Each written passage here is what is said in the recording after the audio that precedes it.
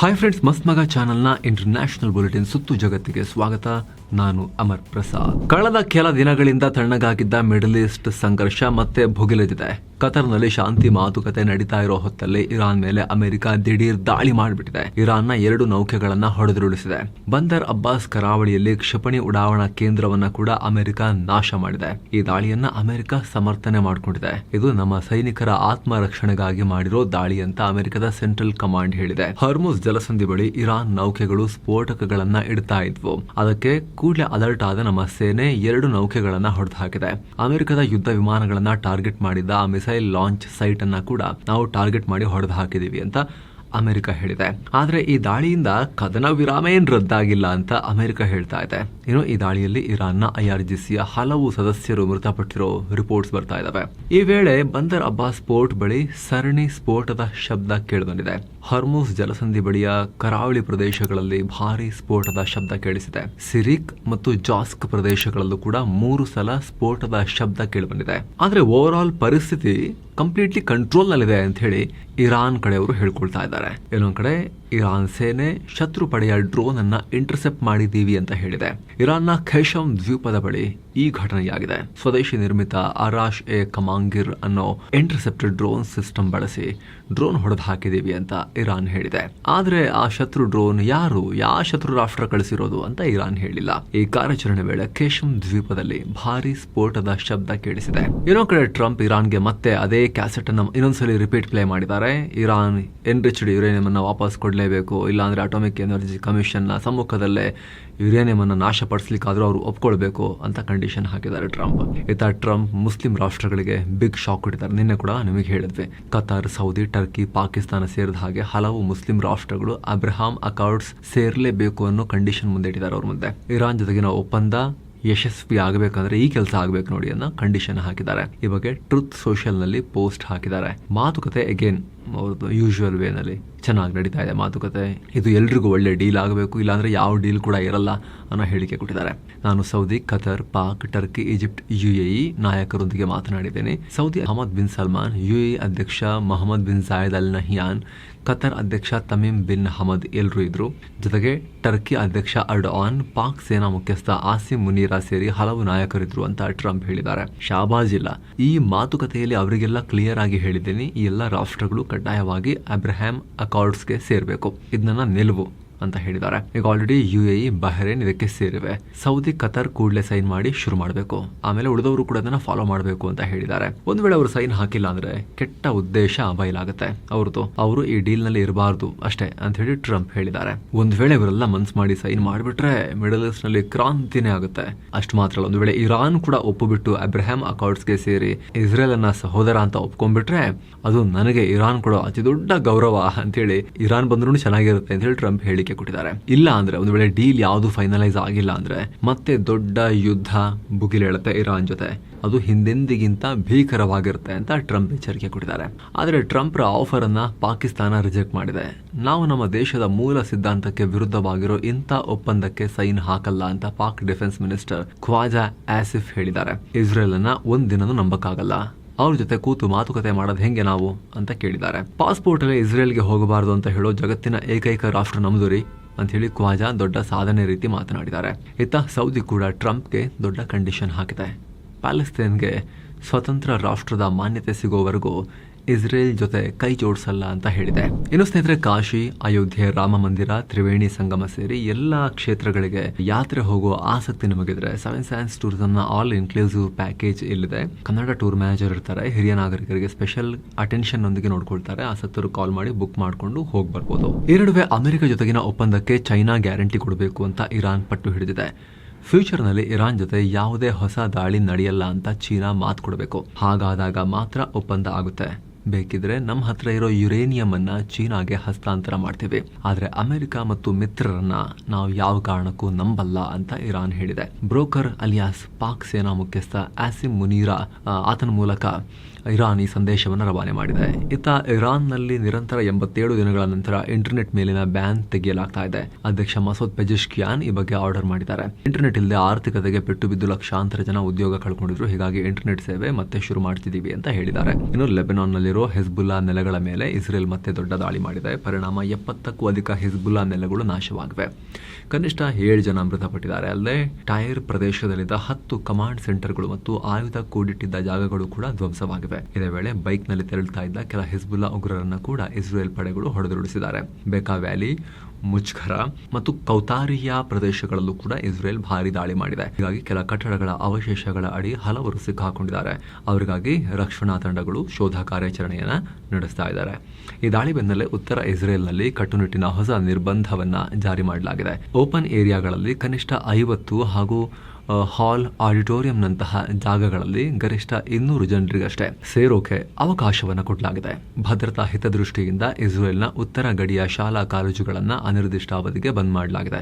ಇತ್ತೀಚೆಗಷ್ಟೇ 600ಕ್ಕೂ ಅಧಿಕ ಹಿಜ್ಬುಲ್ಲಾ ಉಗ್ರಗಾಮಿಗಳನ್ನು ಹೊಡೆದು ಹಾಕಿದ್ದೀವಿ ಅಂತ ಇಸ್ರೇಲ್ ಪಿಎಂ ನೆತನ್ಯಾಹು ಹೇಳಿದರು. ಬಳಿಕ ಹಿಜ್ಬುಲ್ಲಾಗಳ ಮೇಲಿನ ಇಸ್ರೇಲ್ ದಾಳಿ ಮತ್ತಷ್ಟು ತೀವ್ರಗೊಳ್ಳುತ್ತೆ ಅಂತ ಹೇಳಿದರು. ಅದರ ಬೆನ್ನಲ್ಲೇ ಇಸ್ರೇಲ್ ಈ ದೊಡ್ಡ ದಾಳಿಯನ್ನ ಮಾಡಿದೆ. ಇತ್ತ ಭಾರತ ಇರಾನ್ ನಡುವೆ ಮಾತುಕತೆ ನಡೆದಿದೆ. ವಿದೇಶಾಂಗ ಕಾರ್ಯದರ್ಶಿ ವಿಕ್ರಮ್ ಮಿಶ್ರಿಗೆ ಇರಾನ್ ಉಪ ವಿದೇಶಾಂಗ ಸಚಿವ ಮಜೀದ್ ತಖ್ತರ್ ರವಾಂಚಿ ಕಾಲ್ ಮಾಡಿದ್ರು. ಈ ವೇಳೆ ಈಗಿನ ಪರಿಸ್ಥಿತಿ ಮತ್ತು ದ್ವಿಪಕ್ಷೀಯ ಸಹಕಾರದ ಬಗ್ಗೆ ಚರ್ಚೆ ಮಾಡಿದ್ದಾರೆ. ಇನ್ನು ಭಾರತ ಪ್ರವಾಸದಲ್ಲಿರುವ ಅಮೆರಿಕ ವಿದೇಶಾಂಗ ಕಾರ್ಯದರ್ಶಿ ಮಾರ್ಕೋ ರುಬಿಯೋ ಅವರ ತಾಜ್ ಮಹಲ್ ಭೇಟಿಯನ್ನ ಇರಾನ್ ಟ್ರೋಲ್ ಮಾಡಿದೆ. ತಮ್ಮ ಪತ್ನಿಯೊಂದಿಗೆ ತಾಜ್ ಮಹಲ್ಗೆ ಭೇಟಿ ಕೊಟ್ಟಿದ್ದ ರುಬಿಯೋ ಇದು ಪ್ರಪಂಚದ ಅದ್ಭುತ ಪ್ರೇಮದ ಸಂಕೇತ ಅಂತ ಪೋಸ್ಟ್ ಮಾಡಿದ್ರು. ಇದಕ್ಕೆ ಹೈದರಾಬಾದ್ನಲ್ಲಿರೋ ಇರಾನ್ ಕಾನ್ಸುಲೇಟ್ ರಿಯಾಕ್ಟ್ ಮಾಡಿದೆ. ಮಾರ್ಕೋ ರುಬಿಯೋಗೆ ಏನಾದರೂ ಇತಿಹಾಸ ಅಥವಾ ಆರ್ಕಿಟೆಕ್ಚರ್ ಬಗ್ಗೆ ಗೊತ್ತಿದ್ರೆ ಅವರು ಖಂಡಿತ ಅಲ್ಲಿ ಪೋಸ್ಟ್ ಕೊಡ್ತಾ ಇರಲಿಲ್ಲ. ಈ ತಾಜ್ ಮಹಲ್ ಅನ್ನ ಮೊಘಲ್ ಚಕ್ರವರ್ತಿ ತನ್ನ ಇರಾನಿ ಮೂಲದ ಪತ್ನಿಗಾಗಿ ಕಟ್ಟಿಸಿದ್ರು. ಇದನ್ನ ಡಿಸೈನ್ ಮಾಡಿದ್ದು ಕೂಡ ಇರಾನ್ನ ಅದ್ಭುತ ವಾಸ್ತುಶಿಲ್ಪಿಗಳೇ ಅಂತ ಹೇಳಿದೆ. ಹೀಗಿರುವಾಗ ರುಬಿಯೋರ ಸರ್ಕಾರ ಇರಾನ್ನ ಇಡೀ ನಾಗರಿಕತೆಯನ್ನ ಸರ್ವನಾಶ ಮಾಡ್ತೀವಿ ಅಂತ ಹೇಳ್ತಾ ಇದೆ. ಏನಿದು ವಿಪರ್ಯಾಸ ಅಂತ ಪೋಸ್ಟ್ ಹಾಕಿದೆ. ಇನ್ನು ಈ ವಿಡಿಯೋ ರೆಕಾರ್ಡ್ ಮಾಡೋ ಟೈಮ್ನಲ್ಲೂ ಕೂಡ ಬ್ರೆಂಟ್ ಕ್ರೂಡ್ ಆಯಿಲ್ ಬೆಲೆ ಪ್ರತಿ ಬ್ಯಾರಲ್ಗೆ $2 ಅಧಿಕ ಮತ್ತೆ ಏರಿಕೆ ಕಂಡು $98 ಆಸುಪಾಸಲ್ಲಿದೆ. ಇರಾನ್ ಮೇಲೆ ಅಮೆರಿಕ ದಾಳಿ ಮಾಡಿದ ಬೆನ್ನಲ್ಲೇ ಕಚ್ಚಾ ತೈಲ ಮತ್ತೆ ಸ್ವಲ್ಪ ಜಂಪ್ ಆಗಿದೆ.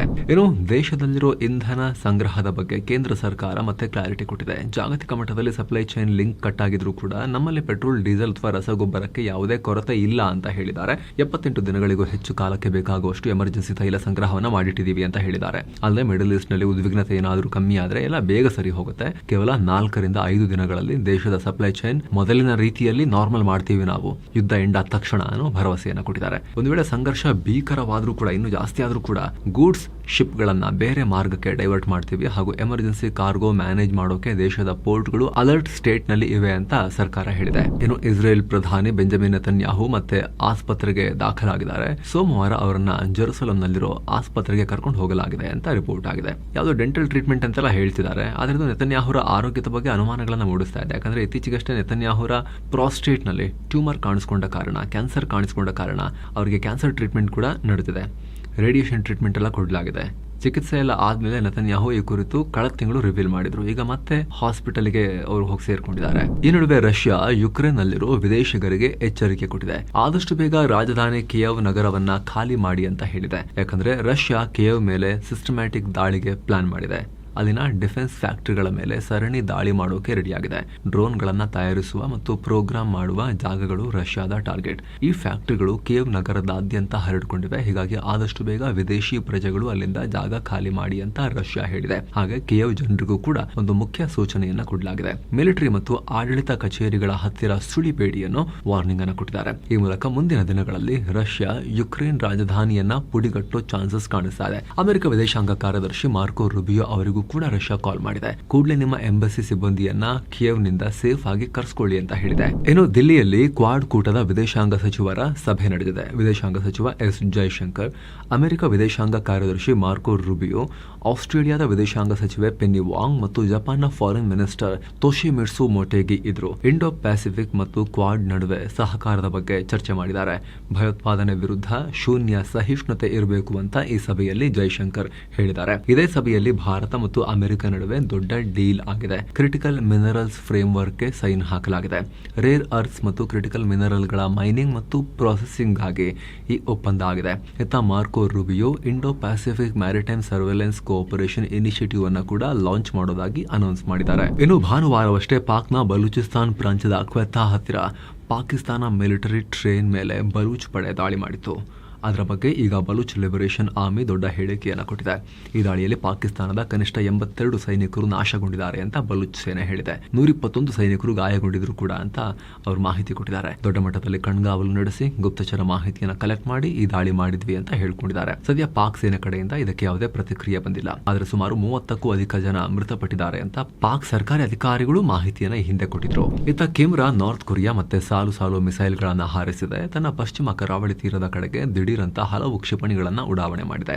ಇದರಲ್ಲಿ ಕನಿಷ್ಠ ಒಂದು ಶಾರ್ಟ್ ರೇಂಜ್ ಬ್ಯಾಲಿಸ್ಟಿಕ್ ಮಿಸೈಲ್ ಕೂಡ ಇತ್ತು ಅಂತ ದಕ್ಷಿಣ ಕೊರಿಯಾ ಸೇನೆ ಹೇಳಿದೆ. ಇತ್ತ ಭಾರತ ಮತ್ತು ಬಾಂಗ್ಲಾ ಸಂಬಂಧ ಮತ್ತಷ್ಟು ಹಾಳಾಗ್ತಿದೆ. ಪಿಎಂ ಮೋದಿ ಅವರ ಆಹ್ವಾನವನ್ನ ಬದಿಗಿಟ್ಟು ಬಾಂಗ್ಲಾ ಪ್ರಧಾನಿ ತಾರಿಕುರ್ ರೆಹಮಾನ್ ಜೂನ್ ಅಂತ್ಯದಲ್ಲಿ ಚೀನಾ ಪ್ರವಾಸವನ್ನ ಕೈಗೊಳ್ಳೋಕೆ ರೆಡಿ ಆಗ್ತಾ ಇದ್ದಾರೆ. ಬಾಂಗ್ಲಾದಲ್ಲಿ ಬಿಎನ್ಪಿ ಸರ್ಕಾರ ಬಂದ ಮೇಲೆ ತಾರಿಕುರ್ ರೆಹಮಾನ್ ಮಾಡ್ತಿರೋ ಮೊದಲ ವಿದೇಶಿ ಪ್ರವಾಸ ಇದು. ಇತ್ತ ಭೂತಾನ್ನಿಂದ ಕೂಡ ರೆಹಮಾನ್ಗೆ ಇನ್ವಿಟೇಷನ್ ಬಂದಿತ್ತು. ಆದರೆ ರೆಹಮಾನ್ ಭಾರತ ಭೂತಾನ್ ಬದಿಗಿಟ್ಟು ಚೀನಾ ಕಡೆಗೆ ವಾಲಿದ್ದಾರೆ. ತೀಸ್ತಾ ನದಿ ಸಮಗ್ರ ನಿರ್ವಹಣಾ ಯೋಜನೆ ಬಗ್ಗೆ ಈ ಭೇಟಿಯಲ್ಲಿ ಚರ್ಚೆ ಆಗಬಹುದು. ಚೈನಾ ಹೆಲ್ಪ್ ತಗೊಳ್ಳೋಕೆ ಅವರು ಯೋಚನೆ ಮಾಡ್ತಿದ್ದಾರೆ, ಭಾರತವನ್ನು ಎದುರು ಹಾಕೊಳ್ತಿದ್ದಾರೆ ಅನ್ನೋ ಲೆಕ್ಕಾಚಾರ ಇದೆ ಸದ್ಯಕ್ಕೆ. ಇದು ಕೂಡ ಕನ್ಫರ್ಮ್ ಆಗಬೇಕು ಅದು ಅವರು ಹೋಗೋದಲ್ಲಿಗೆ. ಇನ್ನು ಶ್ರೀಲಂಕಾ ಪ್ರವಾಸಕ್ಕೆ ಹೋಗೋಕೆ ಯಾರಾದರೂ ಲೆಕ್ಕಾಚಾರ ಇಟ್ಕೊಂಡಿದ್ರೆ ಒಂದು ಅಪ್ಡೇಟ್ ಇದೆ. ಭಾರತ, ರಷ್ಯಾ, ಬ್ರಿಟನ್, ಅಮೆರಿಕ ಸೇರಿದ ಹಾಗೆ ಒಟ್ಟು 40 ರಾಷ್ಟ್ರಗಳ ಪ್ರವಾಸಿಗರಿಗೆ ಶ್ರೀಲಂಕಾ ಸರ್ಕಾರ ಫ್ರೀ ವೀಸಾ ಆಫರ್ ಘೋಷಣೆ ಮಾಡಿದೆ. ಇನ್ನು ಮುಂದೆ ಲಂಕಾಗೆ ಹೋಗೋ ಭಾರತೀಯರು ವೀಸಾ ಪ್ರಾಸೆಸಿಂಗ್ ಫೀಸ್ ಕಟ್ಟಬೇಕು ಅಂತಿಲ್ಲ. 30 ದಿನಗಳ ಕಾಲ ವ್ಯಾಲಿಡಿಟಿ ಇರೋ ಫ್ರೀ ವೀಸಾ ಸಿಗುತ್ತೆ. ಅಲ್ಲದೆ 30 ದಿನಗಳ ಒಳಗಡೆ 2 ಬಾರಿ ಶ್ರೀಲಂಕಾಗೆ ಹೋಗೋಕೆ ಅವಕಾಶ ಕೊಡಲಾಗಿದೆ. ಆದರೆ ಶ್ರೀಲಂಕಾ ತಲುಪೋ ಮುನ್ನ ಆನ್ಲೈನ್ನಲ್ಲಿ ಎಲೆಕ್ಟ್ರಾನಿಕ್ ಟ್ರಾವೆಲ್ ಆಥರೈಸೇಷನ್ ಪಡ್ಕೊಳ್ಳೋದು ಕಡ್ಡಾಯ. ಸೊ ಫ್ರೆಂಡ್ಸ್, ಇದಾಗಿತ್ತು ಇವತ್ತಿನ ಜಗತ್ತಿನ ಸುತ್ತಾಟ. ಸ್ನೇಹಿತರೆ, ನಿಮ್ಮಲ್ಲೊಂದು ಕಡೆದಾಗಿ ಸಣ್ಣ ಮನವಿ. ವಿಡಿಯೋ ಕೆಳಗಡೆ ಇರೋ ಜಾಯಿನ್ ಬಟನ್ ಮೂಲಕ ಆಸಕ್ತ ವೀಕ್ಷಕರು ಮಸ್ತ್ ಮಗ ಚಾನಲ್ಗೆ ಮೆಂಬರ್ಸ್ ಆಗಿ ಜಾಯಿನ್ ಆಗ್ಬೋದು. ಆಗ ಎಲ್ಲ ಮೆಂಬರ್ಗಳಿಗೆ ಸೀಮಿತವಾಗಿರೋ, ಮೆಂಬರ್ಗಳಿಗೆ ಮಾತ್ರ ಇರೋ ಬೆನಿಫಿಟ್ಸ್ ಅನ್ನು ನೀವು ಕೂಡ ಪಡಿಬೋದು. ಎಲ್ಲಕ್ಕಿಂತ ಮುಖ್ಯವಾಗಿ ನಿಮ್ಮ ಒಂದೊಂದು ಮೆಂಬರ್ಶಿಪ್ ಕೂಡ ನಮ್ಮ ಟೀಮ್ಗೆ ನೀವು ಕೂಡ ಅತಿ ದೊಡ್ಡ ಶಕ್ತಿ ಮತ್ತು ಬೆಂಬಲ. ಆಸಕ್ತರು ದಯವಿಟ್ಟು ಚೆಕ್ ಮಾಡಿ ಜಾಯಿನ್ ಬಟನ್ನ ಮತ್ತೆ ಭೇಟಿ ಆಗ್ತಿರೋಣ ಸ್ನೇಹಿತರೆ. ನಮಸ್ಕಾರ.